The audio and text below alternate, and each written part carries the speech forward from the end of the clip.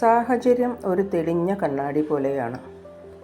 നമ്മൾ നോക്കി നിൽക്കെ തന്നെ നമ്മുടെ അവസ്ഥ ശരിയല്ലെന്നറിഞ്ഞ് നമ്മളിൽ നിന്ന് ഇറങ്ങിപ്പോകുന്ന വ്യക്തികളെ വ്യക്തമായി കാണിച്ചു തരുന്ന കണ്ണാടി.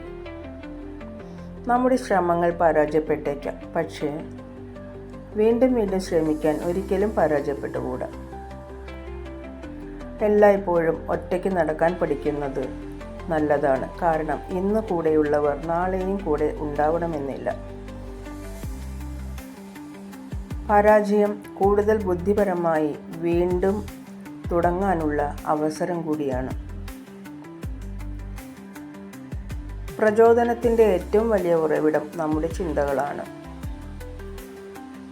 പ്രതികരിക്കുന്നവർക്ക് ശത്രുക്കൾ ഉണ്ടാവും, ചിലപ്പോൾ ഒറ്റപ്പെട്ടേക്കാം, പക്ഷേ ജീവിതത്തിൽ ഒരിക്കലും തോൽക്കില്ല. അവർ ആരെയും തോൽക്കാൻ സമ്മതിക്കുകയുമില്ല. നൽകുന്നത് ഒരു പുഞ്ചിരിയാണെങ്കിൽ പോലും ഇതിലും വേണം ആത്മാർത്ഥത. വളരെ സ്നേഹത്തോടെ എല്ലാവർക്കും ശുഭരാത്രി. Good night.